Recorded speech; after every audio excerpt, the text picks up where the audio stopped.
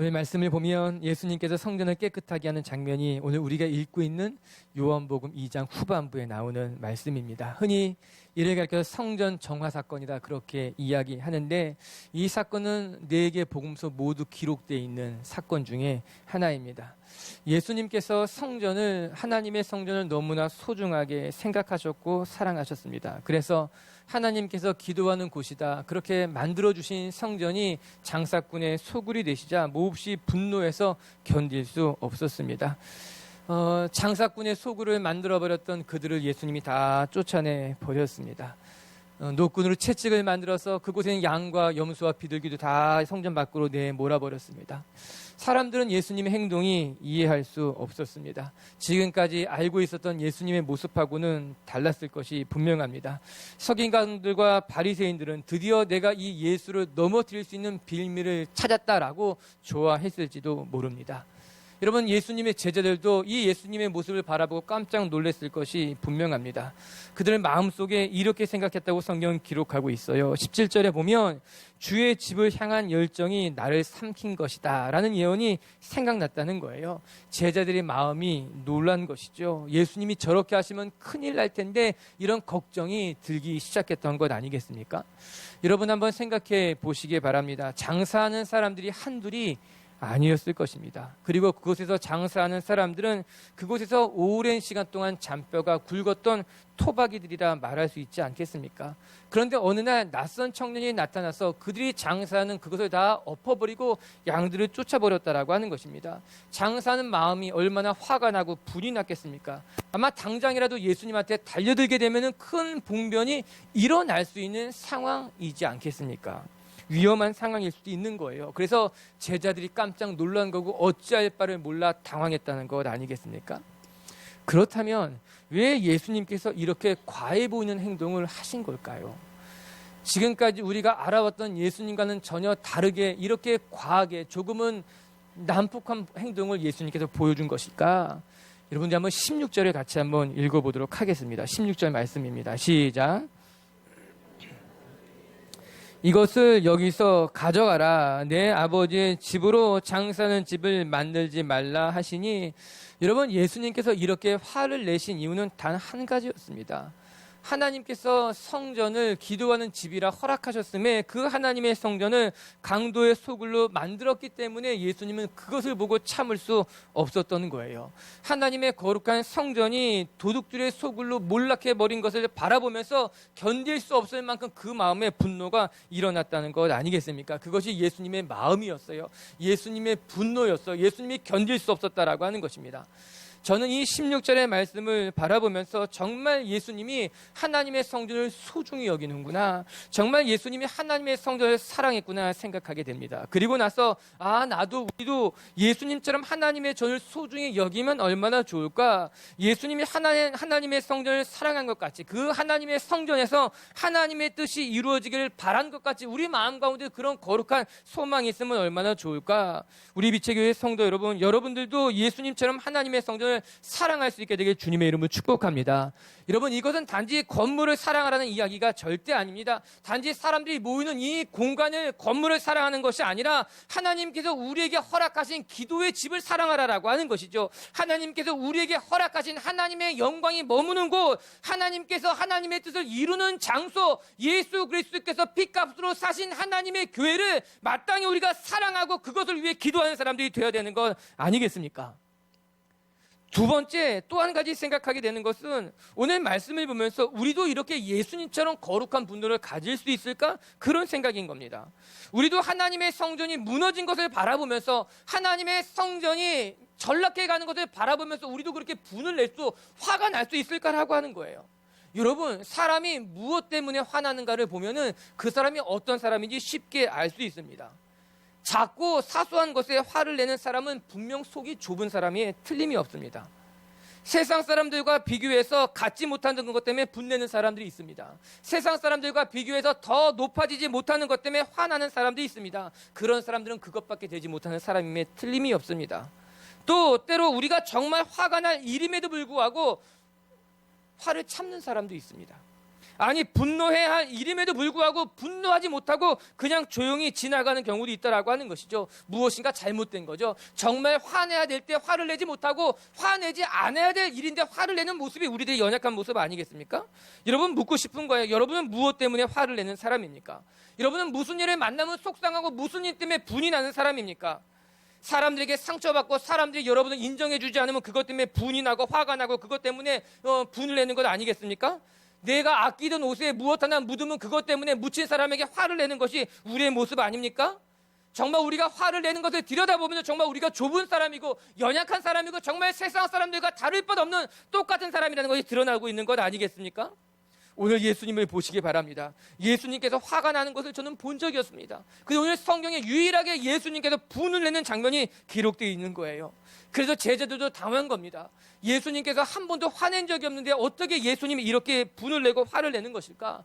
그래서 마태도 마가도 누가도 요한도 이 예수님의 모습을 본 사람이 모두 다 사복음서에 이 예수님의 성령 정화 사건을 기록해 놓은 것 아니겠습니까? 사랑하는 성도 여러분, 우리가 화를 낼 것에 화를 낼 줄 알고 화를 내지 않아야 할 것에 웃어 넘길 수 있는 넉넉한 사람들이 되었으면 좋겠습니다. 자꾸 사소한 것에 화를 내고 분을 내고 사람들 앞에 인정받지 못하는 것 때문에 내 마음이 속상하고 화가 나는 것이 아니라 오늘 예수님처럼 하나님의 성전을 바라보고 하나님의 뜻이 이루어지는 것 때문에 애통해하고 아파하고 하나님의 기도하는 집을 위해서 기도하고 분을 낼 수 있는 사람이라면 전 여러분이 하나님의 뜻을 이룰 수 있는 사람인 줄로 믿습니다. 오늘 이 본문을 바라보면서 사람들은 그렇게 이야기합니다. 예수님이 화낸 것 아니냐? 예수님도 분을 내는 것 아니냐? 그래서 나도 화를 내고 그래도 나도 분을 낸다라고 하는 거예요. 여러분, 우스운 말입니다. 여러분, 우리가 화를 내는 것하고 예수님이 화를 내는 것하고는 질적으로 다르지 않습니까? 예수님은 하나님의 성전이 무너지는 것을 바라보면서 애통해하고 화가 나고 견딜 수 없었는데 우리는 고작 내 삶에 피해를 입고 내가 열심히 수고했는데 그 수고를 다른 사람이 가로치게 되고 내 수고를 인정받지 못할 때 우리가 화를 내는 것하고는 예수님의 분노는 본질적으로 다르다고 하는 거죠. 질적으로 다르다라고 하는 것입니다. 여러분, 먼저 여러분이 여러분의 분을 다스릴 수 있게 되기를 바라고요. 두 번째, 예수님처럼 거룩한 것을 바라보고 하나님 앞에 애통해하고 분을 내며 하나님의 뜻을 소망할 수 있는 주의 백성들이 된다면 여러분의 삶이 축복받은 삶이요 하나님의 뜻이 이루어지는 삶이 될 줄로 저는 믿습니다. 오늘 그것을 같이 묵상해 보려고 하는 거예요. 예수님께서 성전을 깨끗게 하시는 것을 우리가 바라보면서 우리는 무엇을 결단하고 무엇을 돌아봐야 될 것인가? 첫 번째, 오늘 이 사건 중에서 우리가 기억해야 될 것은 우리도 예수님을 바라보며 첫 마음을 회복하고 첫 마음을 잃어버리지 않는 사람들이 되어야 된다는 겁니다. 이제 우리 13절 14절 이제 한번 묵상해 보도록 하겠습니다. 한번 읽겠습니다. 시작. 유대인의 명절이 가까운지라 예수께서 예루살렘으로 올라가셨더니 성전 안에서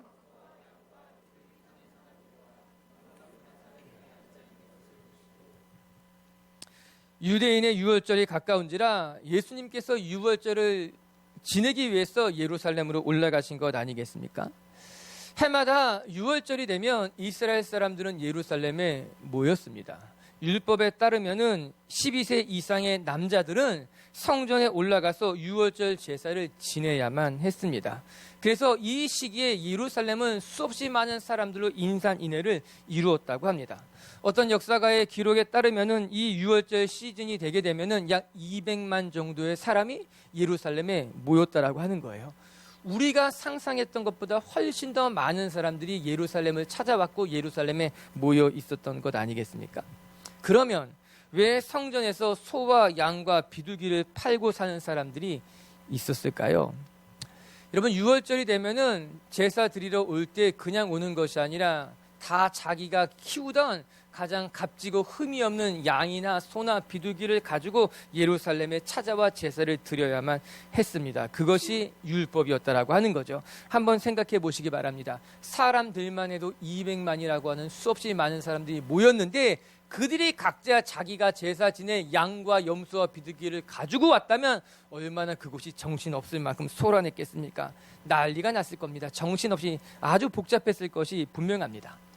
또한 지금처럼 교통수단이 잘 발달된 시기가 아니었기 때문에 그들이 자기가 있는 곳에서 예루살렘에 오기까지는 어떤 사람은 일주일을 꼬박 걸어야 되고 또 어떤 사람은 한 달, 두 달 걸려서까지 예루살렘에 도달한 것 아니겠습니까? 이 쉬운 일이 아니라고 하는 거예요. 그런데 문제는 하나님 앞에 드려야 되는 양과 염소와 제물들은 반드시 흠이 없고 깨끗한 짐승이어야 했다라고 하는 것입니다. 여러분, 한 달 넘게 여행을 하면서 양과 소를 가지고 예루살렘에 올라왔는데 그 양과 염소가 상처나지 않는 것, 그러니까 흠 없이 잘 데리고 오는 것은 결코 쉬운 일이 아니었다라고 하는 것입니다. 중간에 오다가 잃어버리는 경우도 있겠지만 또 중간에 오다가 상처를 입기도 하고 더러워지기도 한다면 제사에 바쳐지기가 어려웠던 거죠. 힘들었던 거죠. 그래서 예루살렘 성전에 오게 되면은 혹시 내가 가지고 있는 이 양과 염소에 흠이 나게 됐을 때 바꾸는 일들이 일어나기 시작하게 된 겁니다. 그곳에 사는 사람들에게, 그곳에 있는 사람들에게 내가 가지고 있는 양 가운데 상한 것이 있다면 바꾸죠. 돈을 더 주어서 새 양을 사기도 한 것 아니겠습니까? 그것이 시스템이 되기 시작한 것이었습니다. 또 한 가지, 성전에서 왜 돈을 바꾸는 사람들이 있었을까요? 거기에도 다 이유가 있고 배경이 있습니다. 21살 이상이 되는 남자들이 성전에 들어갈 때는 누구나 성전세를 바쳐야만 됐습니다. 그것이 이스라엘의 율법이었다라고 하는 것이에요. 그런데 당시는 로마가 이스라엘을 지배했던 시기이기 때문에 그 당시 그곳에서 유용됐던 화폐는 로마 화폐였습니다. 로마의 동전들이었죠. 여러분, 로마의 화폐를 보신 분은 알겠지만 로마의 동전에는 로마 황제의 형상이 새겨져 있습니다. 그래서 성전에 성전세를 낼 때 로마 황제의 형상이 박혀져 있는, 다시 말하면 우상의 형상이 그려져 있는 로마의 화폐를 가지고 성전세를 낼 수는 없었던 거예요. 그래서 성전세를 내기를 원한다면 그 로마의 화폐를 유대의 화폐로 바꿔야만 했다는 겁니다. 그래서 성전에는 로마의 화폐를 유대의 화폐로 바꿔주는 지금으로 하면 환전소 같은 들이 몇 군데 있었던 거죠. 그곳에서 사람들은 성전세를 위해 자기가 가지고 있었던 로마 화폐를 유대 화폐로 바꿀 수 있게 된 것 아니었겠습니까?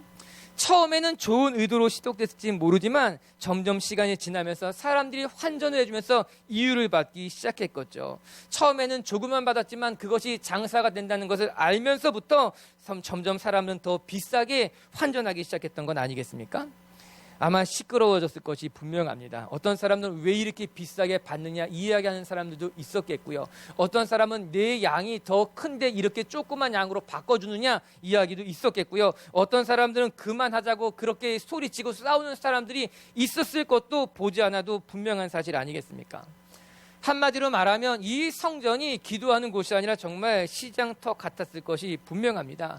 이곳저곳 싸우는 소리도 있고 시끄럽고 요란하고 장사꾼들의 속임수가 있고 불공정 고래가 이루어지는 곳이 오늘 우리가 읽고 있는 예루살렘 성전의 모습이었다라고 하는 거예요. 그런데 성경은 말씀하시기를 하나님의 집이 어떻게 돼야 된다고 이야기합니까? 우리 한번 같이 이사야 56장 7절을 읽어볼까요? 하나님이 원래 말씀하셨던 성전은 이런 모습입니다. 시작. 내가 곧 그들을 나의 성산으로 인도하여 기도하는 내 집에서 그들을 기쁘게 할 것이며 이는 내 집은 만민이 기도하는 집이라 일컬음을 될 것임이라. 아멘. 하나님의 성전은 기도하는 집이 된다는 거예요. 하나님의 성전은 이스라엘 백성들을 기쁘게 회복시키는 자리가 되어야 된다라고 하는 거예요. 하나님의 성전은 하나님이 예배받는 곳, 하나님의 영광받는 곳이 되는 것, 그것이 하나님이 원래 계획하셨던, 하나님이 디자인하셨던 하나님의 성전의 모습이라고 하는 겁니다. 그런데 지금 들여다보니 기도하는 그곳이 이스라엘 백성이 회복되어야 될 그곳이, 하나님의 영광이 임해야 될 그곳이 오히려 장사꾼이 싸우는 곳이 됐으며 사람들이 거래하는 곳이 됐으며 폭리를 취하는 곳이 됐으며 불공정 거래가 이루어지는 곳으로 전락해버린 것 아니겠습니까? 예수님의 마음이 그래서 아픈 것이었어요. 이곳은 하나님이 머무는 곳인데, 하나님의 집인데, 마가복음 11장 17절에 보게 되면은 내 집은 만민이 기도하는 집이라 칭함을 받으리라 하는데 너희가 강도의 구렬로 만들었도다. 정말 예수님이 보고 나서 안타까운 것은 그것이 강도의 구렬이 된 거예요. 도적의 소굴이 된 것 아니겠습니까? 그런데 여러분 생각해 보세요. 처음부터 그랬을까요? 처음부터 그것이 강도의 소굴이었을까요? 전 그렇게 결코 생각하지 않습니다. 여러분, 처음에 그곳에 거래가 이루어지기 시작한 것은 하나님 앞에 더 온전한 제사를 드리기 위한 그들의 소망이었다라고 하는 거예요. 내가 시골에서부터 가지고 온 이 양이 흠이 났기 때문에 흠이 나지 않은 양을 하나님 앞에 올려드리기 위해서 처음에 시작된 것이 그런 모습이었다라고 하는 겁니다. 내가 로마의 황제의 형상에 박혀주는 이 동전으로 하나님 앞에 드리는 것이 싫었기 때문에 하나님이 기뻐 받으실 만한 동전으로 바꿔서 하나님 앞에 올리는 것을 원했기 때문에 시작된 것이 처음 성전의 모습이었다라고 하는 겁니다. 여러분, 처음부터 그것이 타락한 것은 아니었다라고 하는 거예요. 처음부터 그렇게 장사가 기승부리진 않았다라고 하는 겁니다. 처음은 선한 의도였어요. 순결한 것을 드리고 싶었던 마음, 흠이 없는 양을 드리고 싶었던 마음, 깨끗한 성전세를 드리고 싶었던 마음으로 시작된 그것이 시간이 지나자 점점 욕심으로 사람들의 이익으로 변질되기 시작한 것 아니겠습니까? 처음에 의도와는 상관없이 나중에는 장사하는 사람들만 남았던 거예요. 처음에 가지고 있었던 그들의 생각과는 상관없이 돈을 주고 돈을 받는 환전꾼들만 가득하게 된 것 아니겠습니까? 여러분, 악화가 양화를 구축한다는 말이 있지 않습니까? 장점이 단점을 이겨야 되는데 단점이 오히려 장점을 이기게 됐다라고 하는 거예요. 좋은 영향력이 승리해야 되는데 오히려 악한 영향력이 더 빠르고 강하게 흘러갔다는 것 아니겠습니까?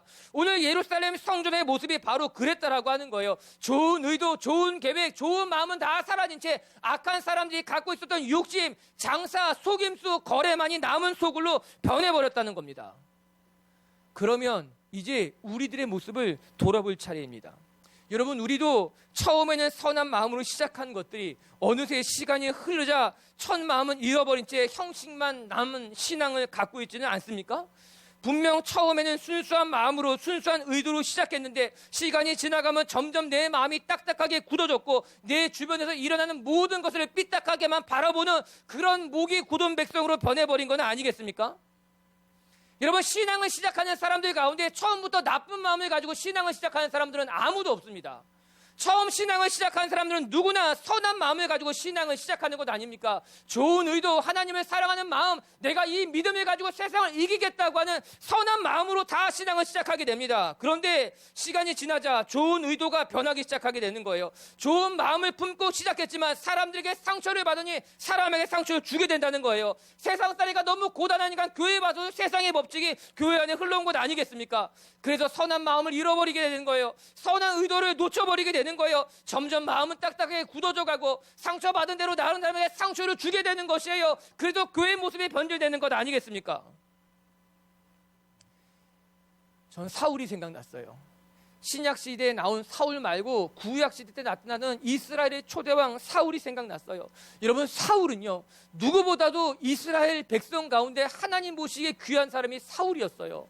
하나님께서 이들 가운데 누구를 이스라엘의 초대왕으로 세울까 고민하실 때 가장 적합했던 사람이 사울이에요. 누가 보아도 준수한 사람이고 누가 보아도 순수한 사람이고 누가 보아도 겸손했던 사람이 사울이에요. 그런데 그 사울이 어느 순간 점점 변하기 시작하게 됩니다. 다윗을 향한 열등감이 그의 마음을 병들게 하기 시작한 것 아닙니까? 사울은 천천히요, 다윗은 만마디라는 그 한마디의 말이 그 마음의 가슴에 비수가 바뀌어서 점점 무너졌어요. 신앙도 잃어버렸어요. 하나님 보시기에 부끄러운 사람으로 전락된 것 아니겠습니까? 그리고 맨 마지막에 결국 우상에 절하면서 엔돌의 신접한 저희에게 무릎을 꿇면서 그렇게 그의 삶이 초라하게 망해버린 것 아니겠습니까? 사울은 처음부터 그러진 않았어요.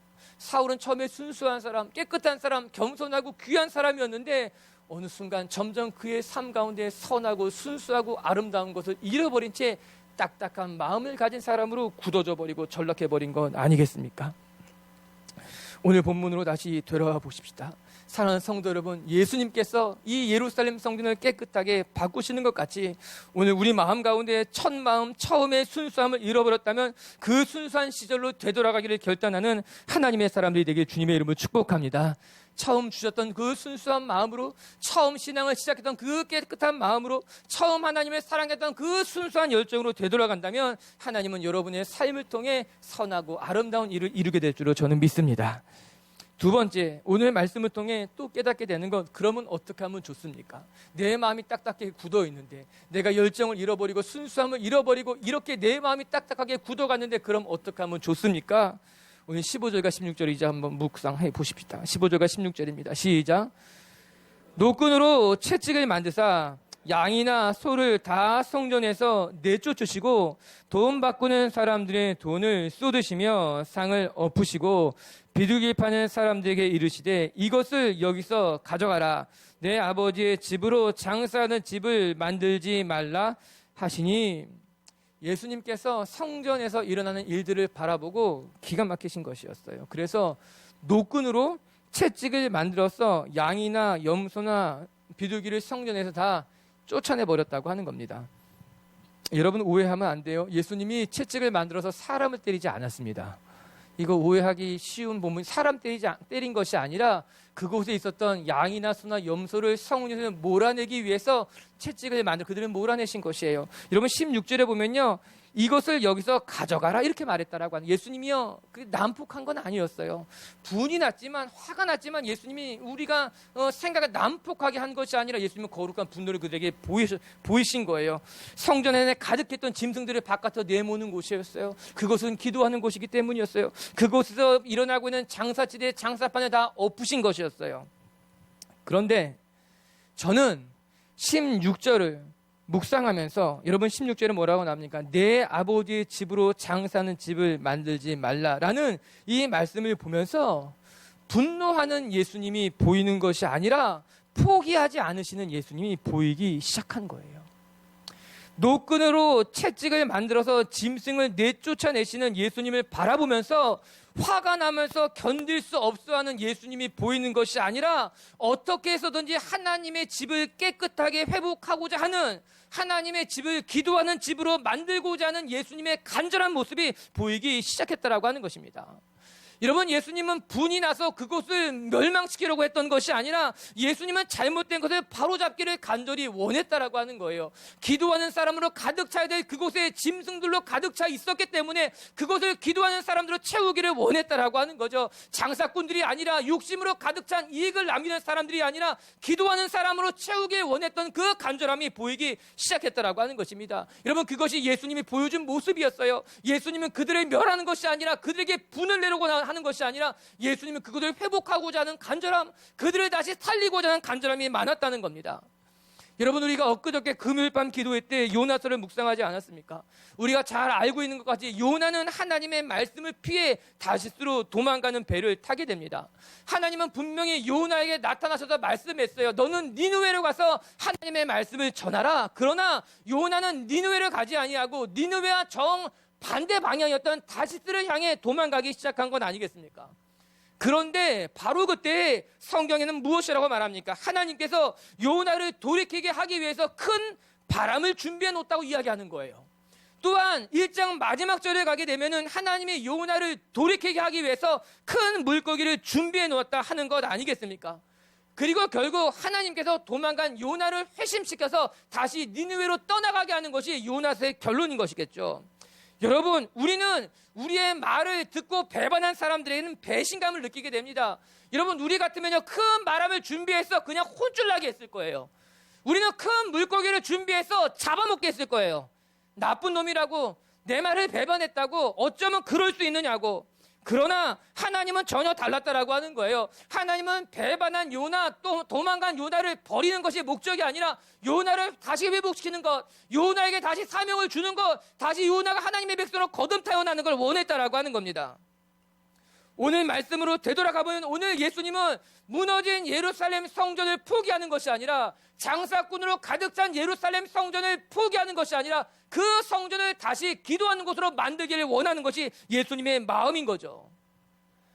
사람이 살다 보면, 신앙생활 하다 보면 잘못할 때가 있어요. 때로는 의도하지 않았지만 실수할 때도 있을 것입니다. 세상 살다 보면 넘어질 때도 있고 실수할 때도 있고 잘못할 때도 있을 거예요. 그러나 중요한 것은 잘못한 것을 깨달았을 때 돌이키면 바로잡으면 된다라고 하는 겁니다. 내가 실수했다 하더라도, 내가 하나님 앞에 부끄럽다 하더라도 내가 다시 한번 무릎 꿇고 회개하면 하나님은 그것을 기억하지 않고 새로운 기회를 허락하시는 분이 우리 하나님이라고 하는 거예요. 문제는 우리가 잘못한 것을 알고도 고집을 부리는 거예요. 내가 이렇게 하면 하나님이 슬퍼했다는 것을 알면서도 고집을 포기하지 않는 것 아니겠습니까? 바둑에는 복기라고 하는 것이 있지 않습니까? 바둑을 다 둔 이후에, 게임이 끝난 이후에 다시 처음부터 순서대로 두어 보는 것이에요. 한 수 한 수 되짚어 가면서 내가 무엇을 실수했는지 잘못했는지를 따져보는 것 아니겠습니까?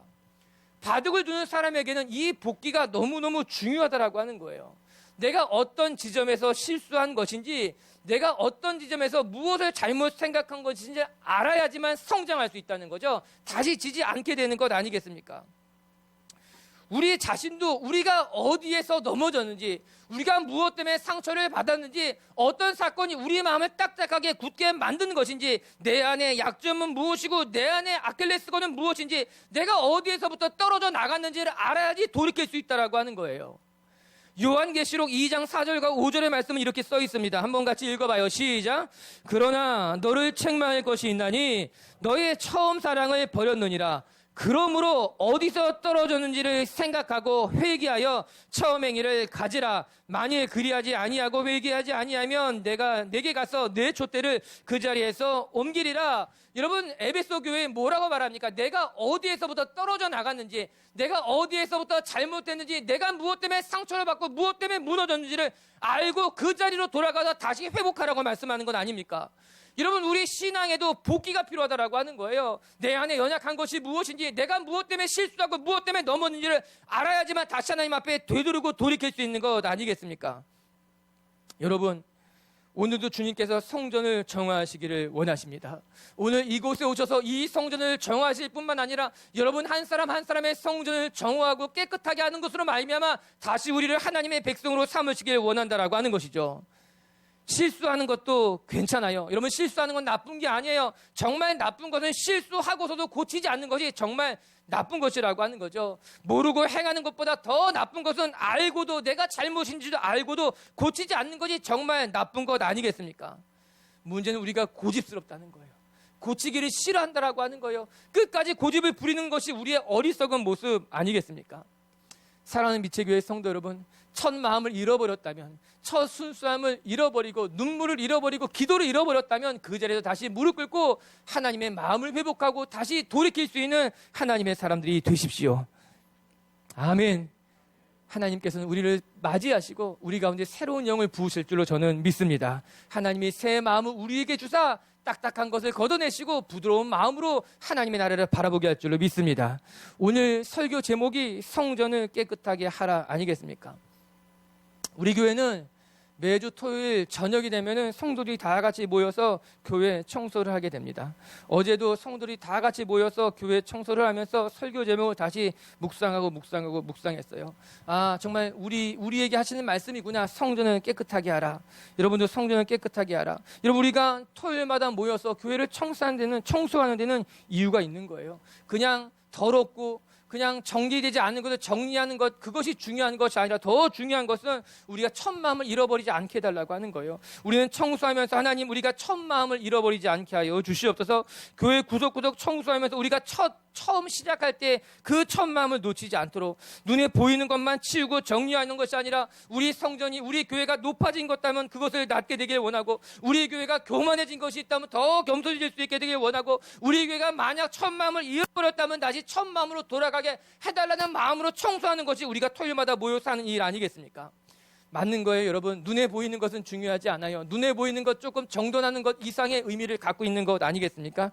여러분, 여러분의 삶도 깨끗해지기를 바랍니다. 여러분의 삶도 높아진 것이 있다면, 첫 마음을 잃어버린 것이 있다면, 그리고 그것을 깨달았다면 다시 예수님처럼 깨끗하게 치우시고 정돈하시고 하나님 앞에 새롭게 거듭 태어난다면 하나님도 역사하실 줄로 저는 믿습니다. 세 번째, 오늘 끝으로 한 가지만 더 같이 묵상하고 싶은 것은 우리 한 사람 한 사람이 깨끗한 거룩한 성전이 되어야 된다는 겁니다. 우리 예수님은 오늘 이 사건을 통해 단지 눈에 보이는 성전을 말하는 것이 아니라 한 단계 더 나아가 눈에 보이지 않는 성전, 한 사람 한 사람 마음의 성전이 회복되기를 원한다는 거죠. 우리 19절부터 21절을 같이 한번 읽어보겠습니다. 시작. 예수께서 대답하여 이르시되 너희가 이 성전을 헐라 내가 사흘 동안에 일으키리라.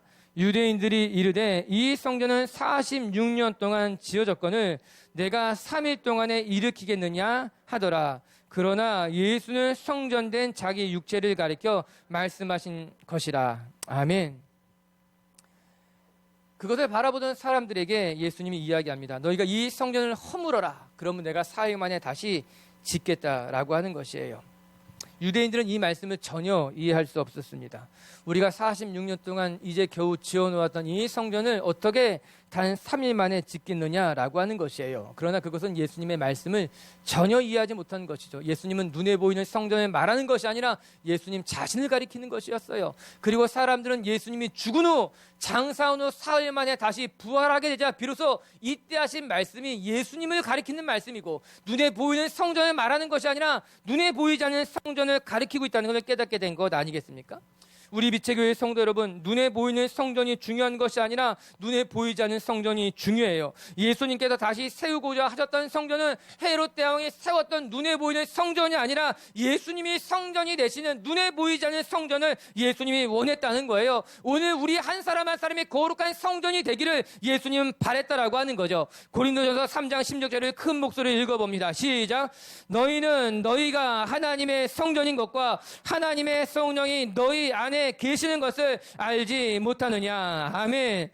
너희는 너희가 성전인가? 너희 한 사람 한 사람이 성전이라고 하는 거예요. 그리고 하나님의 성령이 너희 안에 거하는 것을 왜 알지 못하느냐라고 하는 거예요. 우리는 눈에 보이는 성전이 중요한 사람들이 아닌 거예요. 눈에 보이는 것은 건물이에요. 눈에 보이는 것은 빌딩이에요. 눈에 보이는 것은 공간일 뿐이라고 하는 거예요. 그러나 그곳에 하나님의 백성들이 모여서 하나님을 예배하면 그것이 교회가 되는 거예요. 하나님의 백성이 모여있는 그 장소가 교회고 거룩한 성전이 되는 것 아니겠습니까? 그런데 많은 사람들이 눈에 보이는 것에 현혹되는 거예요. 화려한 교회에 현혹되는 거예요. 잘 지어진 성전, 화려한 성전을 보며 우리의 마음을 빼앗기게 되는 것 아니겠습니까? 아니에요. 절대 아니라고 하는 거예요. 눈에 보이는 성전이 중요하지 않아요. 여러분 한 사람 한 사람의 성전이 되는 것이 중요한 일인 거예요. 눈에 보이는 것에 현혹될 필요가 없어요. 여러분이 기도하는 집이 되는 것이 필요하다라고 하는 겁니다. 한 사람 한 사람이 성령님을 모시는 곳, 한 사람 한 사람이 성령님이 역사하시는 장, 한 사람 한 사람 가운데 하나님의 뜻이 이루어지는 그곳이 바로 하나님의 교회, 하나님의 나라라고 하는 거죠. 여러분은 어떤 성전인지 돌아보시길 바랍니다. 깨끗한 성전인지, 하나님의 뜻이 이루어지는 성전인지, 아니면 장사꾼들이 가득한 욕심과 살이 탐욕만 가득한 성전인지 돌아볼 수 있게 되기를 바랍니다. 그리고 오늘 우리가 예수님 말씀하신 것까지 깨끗한 성전이 되기를, 좋은 밭이 될 수 있게 되기를, 하나님의 뜻을 이룰 수 있는 하나님의 밭, 하나님의 성전이 된다면 하나님은 여러분을 통해 아름다운 일을 이루실 거예요. 첫 마음을 잃어버린 채 예수님에게 들켜버렸던 예루살렘 성전, 혹시 우리도 첫 마음을 잃어버린 채 예수님한테 들켜서 너무나 부끄럽다면 우리 하나님 앞에 무릎을 꿇읍시다. 하나님, 제가 첫 마음을 잃어버렸습니다. 다시 내 마음에 하나님의 첫 마음이 회복되게 하여 주시옵소서. 아멘. 말씀을 마칠게요. 말씀을 정리할게요. 여러분 예수님께서 성전에 오셔서 성전을 깨끗하게 치우고 계시는 것을 볼 수 있습니다. 여러분, 예수님은 성전을 누구보다 사랑하셨던 분이에요. 성전이 기도하는 곳이 되기를 바랬고 성전이 하나님의 뜻이 이루어지기를 원했다라고 하는 거죠. 우리도 예수님처럼 하나님의 성전, 하나님이 계신 곳, 하나님의 말씀이 임하는 곳을 사랑하는 하나님의 사람들이 되기를 바랍니다. 첫 번째, 첫 마음을 잃어버리지 않고 지킬 수 있게 우리 기도하십시다. 하나님, 첫 마음, 처음에 그 순수한 열정, 하나님을 만날 때 그 첫 마음을 잃어버리지 않고 지킬 수 있는 하나님의 사람들이 되게 해 주시옵소서. 그리고 두 번째, 만약에 우리가 그 첫 마음을 잃어버렸다면, 그릇된 것을 깨달았다면 바로 고칠 수 있는 용기를 가져야 될 것입니다. 하나님, 용기를 주십시오. 첫 마음을 되찾을 수 있는 용기를 주십시오. 하나님께서 우리에게 귀한 걸 허락하실 줄로 저는 믿습니다. 그리고 세 번째, 눈에 보이는 성전이 아니라 눈에 보이지 않는 하나님의 성전이 되어지기를 주님의 이름으로 축복합니다.